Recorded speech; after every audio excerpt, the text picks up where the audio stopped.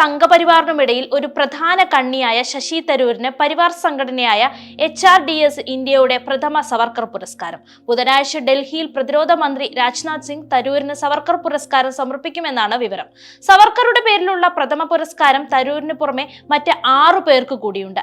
Jammu Kashmir lieutenant ഗവർണറായ Manoj Singhe മുഖ്യാതിഥിയായും പങ്കെടുക്കും. എന്നാൽ Sasi Tharoor MP Savarkar പുരസ്കാരം ഏറ്റുവാങ്ങുന്നതിനെതിരെ കോൺഗ്രസിൽ കടുത്ത എതിർപ്പുണ്ട്. സവർക്കറിന്റെ പേരിലുള്ള ഒരു അവാർഡും പാർട്ടി പ്രവർത്തകർ സ്വീകരിക്കാൻ പാടില്ലെന്ന് K മുരളീധരൻ വ്യക്തമാക്കി.